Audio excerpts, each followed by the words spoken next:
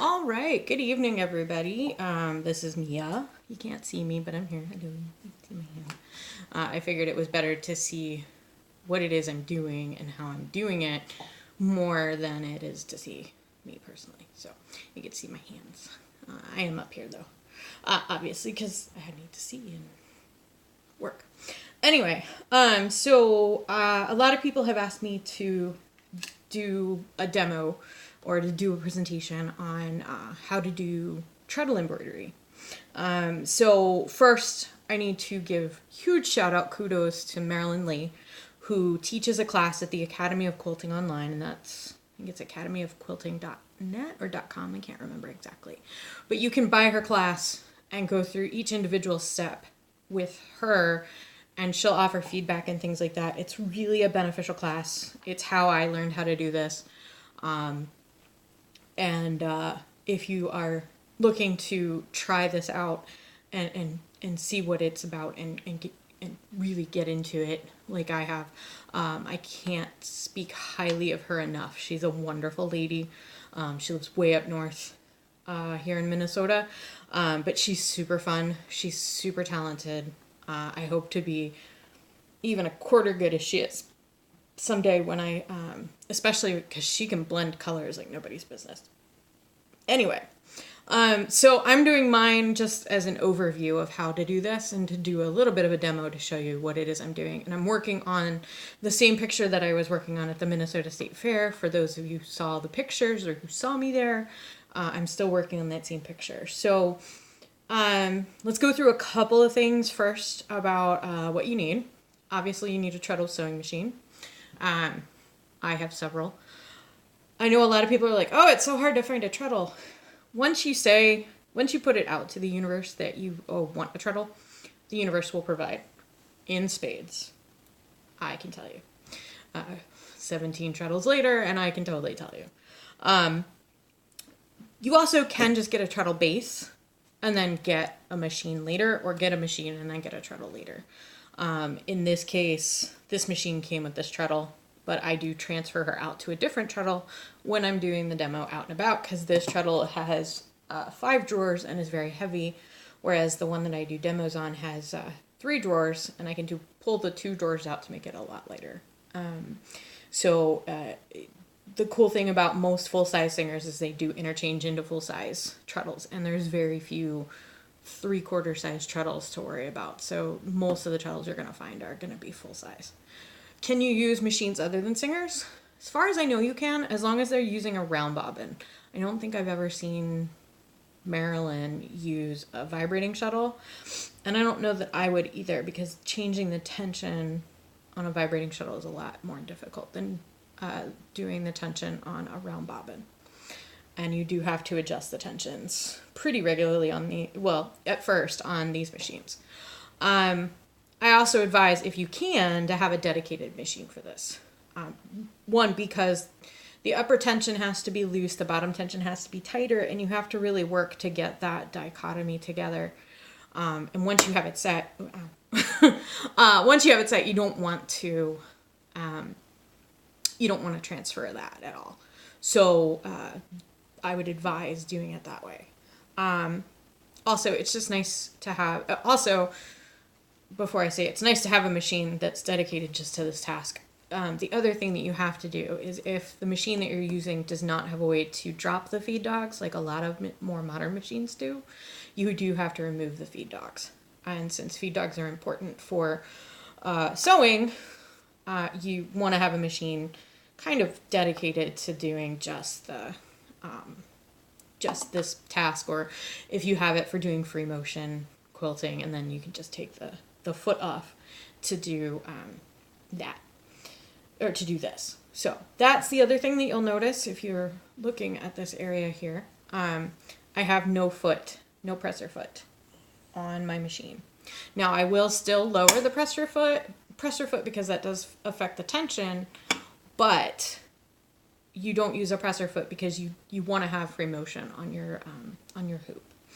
Needle wise, a lot of people have asked about needles. I have an entire box of Smets, and they're just the standard. For this machine, it takes the standard 15 by 1s, which are the normal needles, and then I'm using 75s or 100s. I think you can kind of see. Let me see if I can get it to get in focus. Okay, it's hard to do this when it... Yeah, by the way, my phone is hanging on a tripod off of the railing behind my treadle. So this is new and weird for me. So hopefully you can see that these are standard 7511s. And, you know, I buy boxes of 100 because I have a lot of machines. But you want to use something like this because it doesn't punch a huge hole because you're not doing a lot of heavy work. But, you know, if you're doing a thicker fabric, then you'd want to change to something like a 14 size needle instead of an 11. So, other tools that you need, thread. So, I use on my underside, I just use basic white serger thread in my bobbins. You can get a cone of it for like $3 at Joann's or wherever you buy your thread.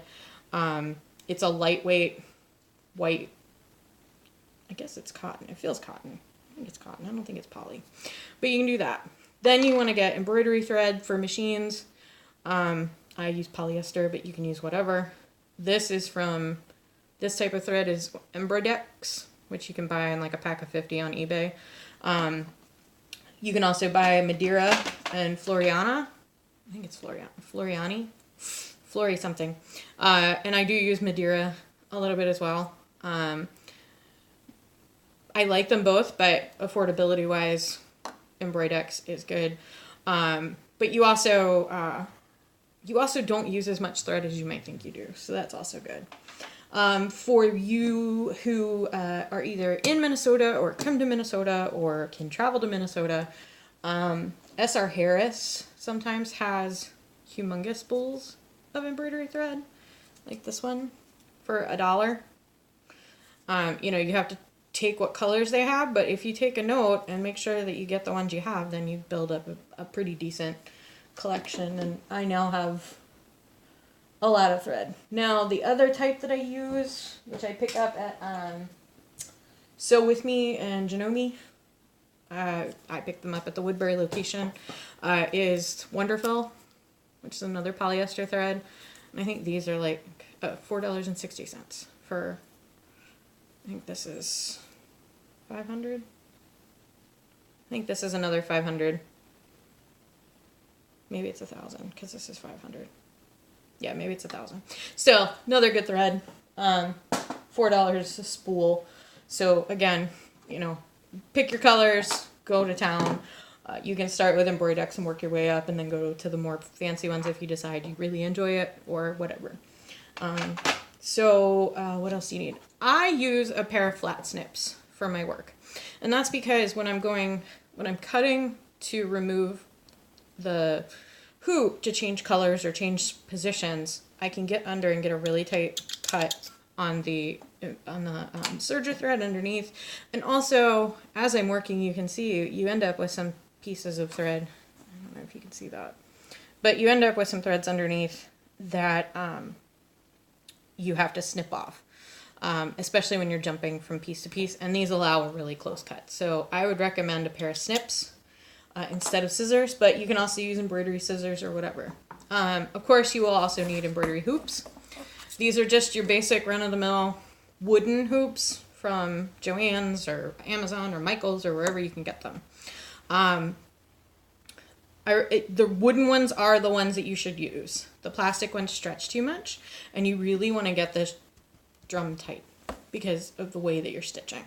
So, definitely use bamboo wood hoops, that kind of thing. I also recommend a pair of pliers because when you're tightening this and tightening that screw on the hoop, you want to get as tight as possible. And thanks, Daphne. These are the ones that you let me borrow for Middletown Heritage Days. Oh no, these aren't the ones. These are different ones that I bought. But I have a pair that look just like this that I got from you and never gave you back that are here somewhere. So thank you. Let's see, what else? You will definitely want to get a thread stand if you do not already have one. This is it sideways because I can't do a whole picture of it. But I set it behind the machine and run the thread that way. Then I put a spool of thread on the spool of the machine, which you can't see because it's just out of camera shot. But you want to do that because you'll put the thread underneath that. Maybe I should move this a little bit that way. There, okay. So you're going to put the thread underneath this when it goes through. That gives it the weight to stay in line with where you need it to be. So, pictures. So, you can really take any line drawing or really any picture and turn it into something to embroider. So, for example, what I'm working on now is what I was working on at the state fair, which is our handy dandy friend Pusheen, and he's eating all the state fair foods. I'm actually doing his cup and fry container in the Minnesota State Fair colors. But I found this color page online. I Googled Pusheen. I have a friend who's a very big fan of Pusheen, so I'm going to do one of these for her at some point on a dish towel. Kirsten, just so you know, that's coming eventually. I don't know when, but sometime. But I found that. I found the narwhal picture that I have. I finished the narwhal just before the state fair. And he's super cute. I love my narwhal. I'm going to put him again. I'll do him again, probably on a washcloth at some point. But also there's a company online called Urban Threads. For those of you who do actual electronic embroidery, they sell embroidery patterns for your electronic machines for like $3-4 a pop. And then they sell line drawings of most of their images. And these are like $1 or 50 cents. And you can buy whole packages of them. I went through mine for the fair and tried to figure out what I was going to work on and realized that I have like 200 of theirs now, but worth it. They're great. They're here in Minnesota, and I highly recommend them. So how do you get the picture onto the hoop? You draw it. So put when you're using light cotton like this is just regular old muslin that you can get at Joann's or wherever. You just put the paper underneath and you can outline it. If you're using a darker image, or if you're using a darker background or a heavier background, what you can do is put it on tissue paper. Draw it onto a piece of tissue paper, then sew the tissue paper pattern on top of what you're going to be stitching in the hoop. Then rip the tissue paper out. That's what I did for my gingerbread man. Or not my gingerbread man, my nutcracker. That's the word I was looking for. So with him, if you can see him in the background here, move this a little bit. Again, I'm trying this new tripod thing, so you can kind of see him in the background. Let me see if I can put him here. Oh, there, that's much better. Okay. So you can see what I did with him is I did his outline in tissue paper, and then I ripped the tissue paper off, and that left the white thread lines perfect so that I could do his design. And that's really good for all kinds of different patterns, different colors, all kinds of stuff. Now you can also buy those sulky markers that you can just iron onto the paper, and that's great. It's going to be the reverse, so try to use a symmetrical image. Or you can just use, you can also print out on sulky paper and do an iron on as well. There's so many ways to get it transferred. There's really no wrong way. So again, what you want to do is once you have your pattern, you want to get it as tight in the frame as possible and then tighten down the frame.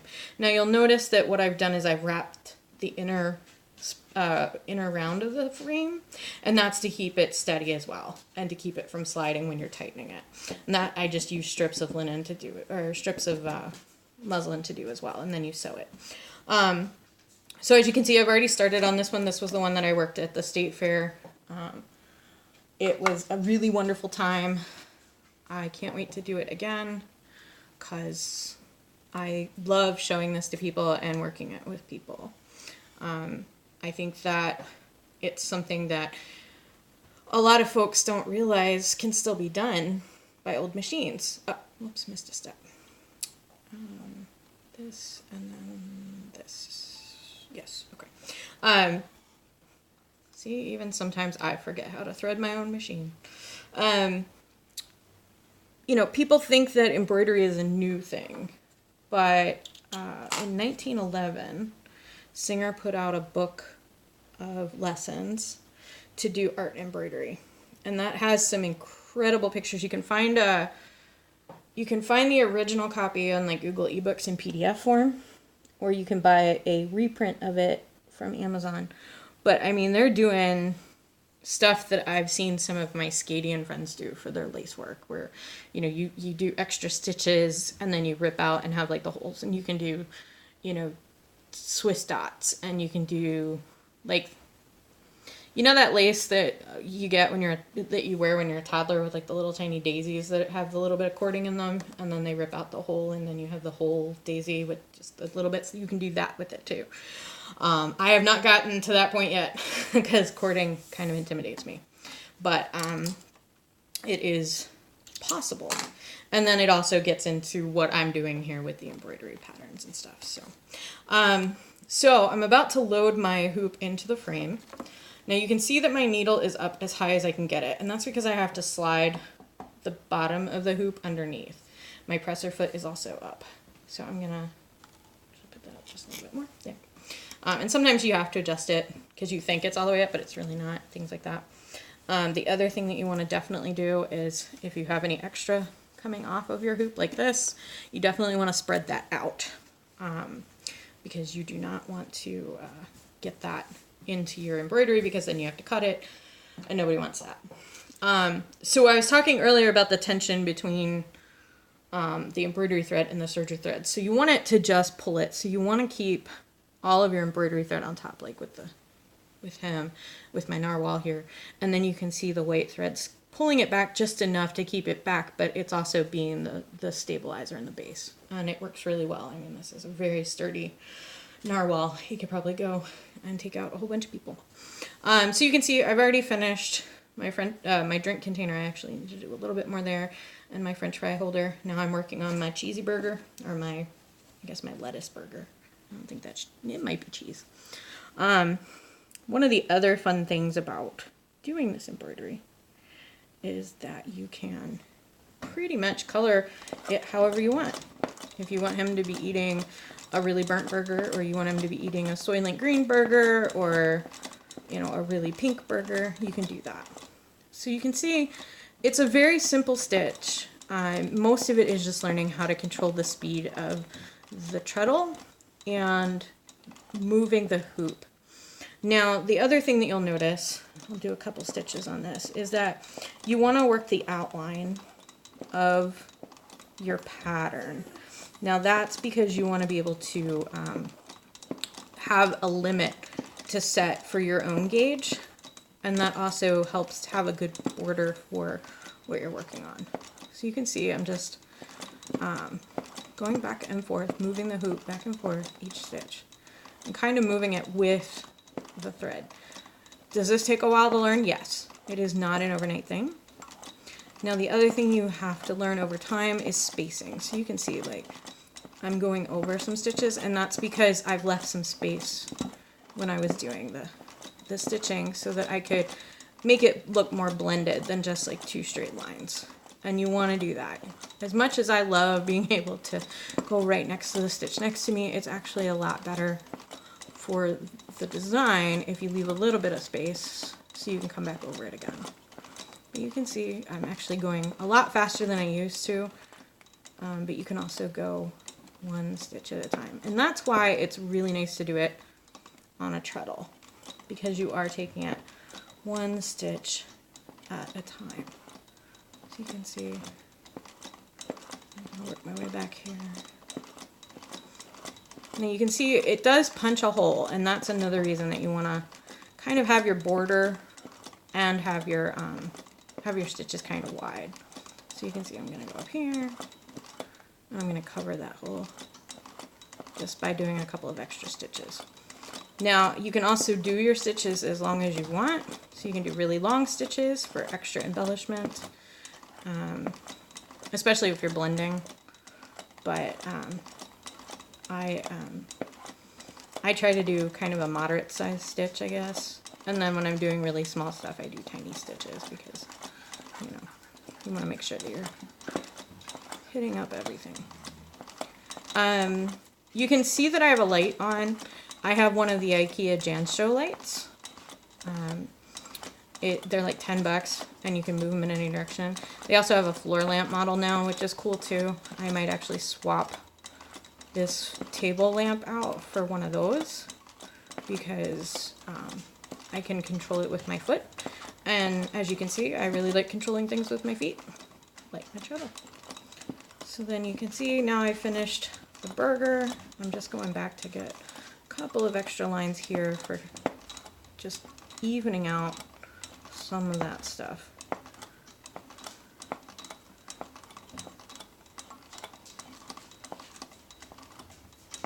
I'm just going to even this out a little bit.